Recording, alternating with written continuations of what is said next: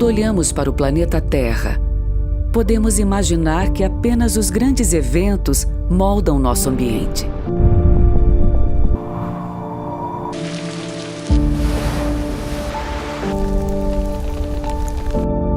Que só a intensa e crescente intervenção humana é capaz de transformações notáveis.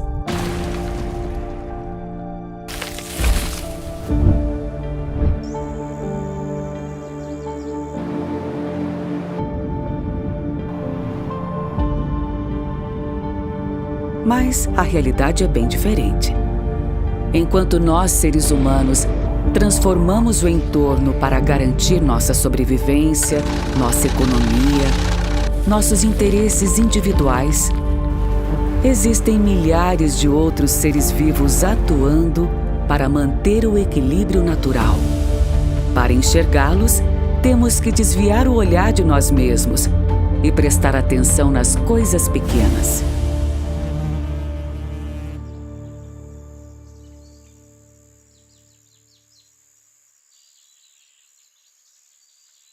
Foram milhões de anos para que plantas e insetos desenvolvessem um mecanismo de benefícios mútuos.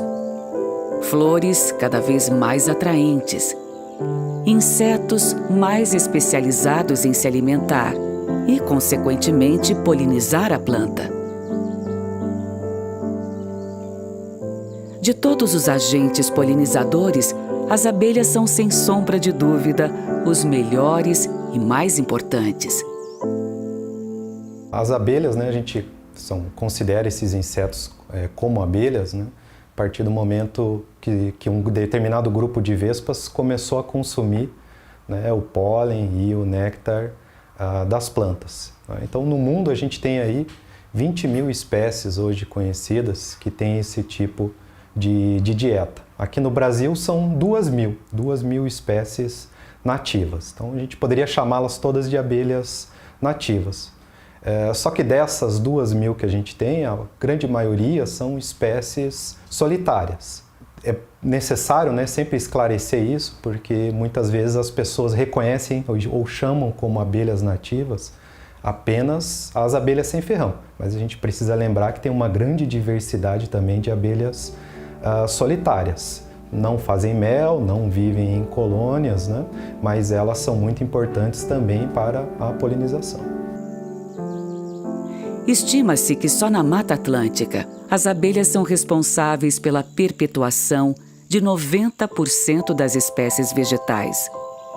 O Brasil possui cerca de 300 espécies de abelhas nativas sem ferrão. Entre elas está a mandaçaia.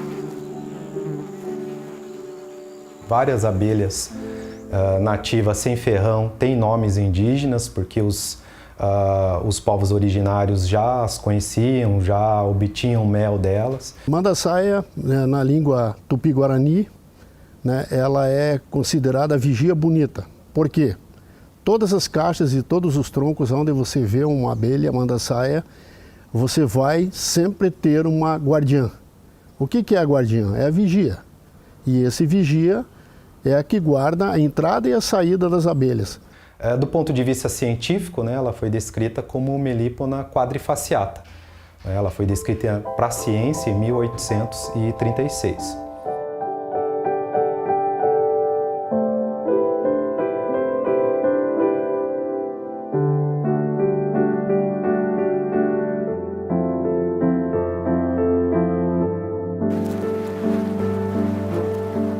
A saia, uma colônia, vai ser formada aí por, em média, umas 900 operárias, e uma rainha que vai cuidar quase que só da parte reprodutiva. As operárias, durante o seu ciclo de vida, elas desempenham múltiplas funções, elas não dividem a função entre cada indivíduo, mas dividem durante o tempo da sua existência. Nós sabemos que toda abelha ela vive de 41 a 45 dias. Dentro de uma colmeia, elas quando nascem, quando elas estão lá nos ovos, quando nascem, o primeiro trabalho que elas vão fazer, o que é? Elas vão fazer um trabalho de limpeza em cima dos discos ali, um trabalho mais leve. Daí depois que elas passam de 10 dias, o que elas vão começar a fazer? 10 dias elas já vão começar a fazer o trabalho da construção dos discos. Quando elas estão com 20 dias, elas já estão se tornando quase que uma operária. Mas lá dentro ainda existe uma separação. Tem umas que não vão ser operárias, não vão sair para o campo. Vão ficar lá dentro, responsável por produção de geleia real, produção de cuidado das abelhas, fazer o aquecimento, fazer a limpeza da caixa. E quando elas chegam em etapas finais da sua vida, elas têm uma fase de guarda, em que elas trabalham, então, justamente cuidando, né, da segurança do ninho, e depois uma fase final, que é o que a gente chama de abelha campeira, né, que são aquelas que saem para coletar os recursos. Dos 30 dias até os 41 dias, ela vai para o campo. O pessoal pergunta, mas por que ela vai trabalhar nessa idade, ela tem que sair para o campo? Porque se ela for comida por um pássaro, ela for atropelada por um carro, ou ela morrer por um motivo normal qualquer, ela não vai fazer falta na caixa, porque a vida dela já está no fim. Quando dá 41, 42 dias, ela já sabe, algumas não voltam para a caixa. Algumas ficam na natureza, ficam embaixo das folhas e morrem ali, porque elas sabem que a função delas já acabou.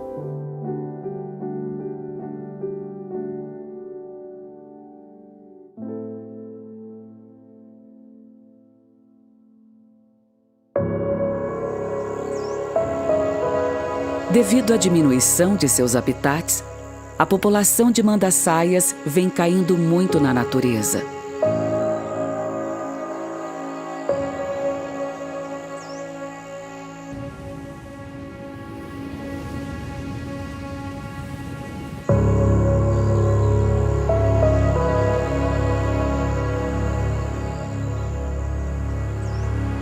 E não só a mandaçaia, mas eu acho que todas as abelhas, né, como um reflexo de toda a diversidade que a gente tem no planeta, né, a gente percebe essa ameaça a partir da fragmentação do ambiente, da diminuição das áreas naturais, sejam florestas, sejam campos. Mas existem muitas iniciativas que pretendem estimular a criação doméstica dessas abelhas. Eu sou um defensor da natureza. Então eu não sou aquele tipo de pessoas do aprendizado ficar guardado para mim. Se é um dom que eu tenho, eu passo para as pessoas. Eu acho interessante porque o manejo, né, das abelhas, a criação, ela cria uma ligação muito grande das pessoas com o meio ambiente. O que eu gosto muito é quando vem uma criança e faz pergunta sobre a abelha, porque eu já noto ali vai nascer mais uma nova pessoa para defesa, né, de questão da natureza. Calcula-se que 70% das plantas cultivadas dependem das abelhas para gerar frutos e sementes. Desta forma, a criação de abelhas como a mandaçaia em ambientes urbanos pode ter uma importância muito maior do que imaginamos. Porque ela poliniza todo tipo de planta. Ela poliniza desde morango até a soja. Hoje é polinizada por agentes polinizadores. Muito embora passe veneno, mate muito agente polinizador, mas a soja produz da forma que produz porque tem agente polinizador. A abelha é fundamental, né? Se você não tiver abelha, você não produz. Elas fazem de 80% a 95% da polinização. Tá? Então, sem abelha eu não teria uma produção em escala comercial. Então, a gente começou a usar as abelhinhas, elas são nativas, né? Sem ferrão. E a gente viu uma melhora tanto nas flores quanto nos frutos. Até 30% aumentou a nossa produção no morango. Tá? Não só para o kiwi, mas como outras frutas, utilizam também da polinização de abelhas, né? A ameixa, a maçã, a nectarina, a pera, o caqui. Então elas fazem esse papel fundamental, que é fazer a produção crescer, vamos dizer assim, né? Então nessa época de florada, de início de florada, apesar de termos aqui na propriedade alguma coisa de abelha, algumas caixas, elas são insuficientes para uma polinização e uma frutificação efetiva. Então nós locamos caixas de abelha, e nós colocamos ali por hectare em torno de 8 ou 9 caixas. E é uma coisa muito rápida, coisa de 10, 12 dias só durante a florada. A gente viu uma melhora no sabor do morango, na qualidade dele e no peso, que também diferenciou bastante. Numa variedade dessa, só para citar um exemplo, se você não tiver abelha, você vai produzir 2 toneladas por hectare. Eu tendo abelha, eu vou poder chegar a produzir 40 toneladas por hectare. Então o trabalho dela é fundamental.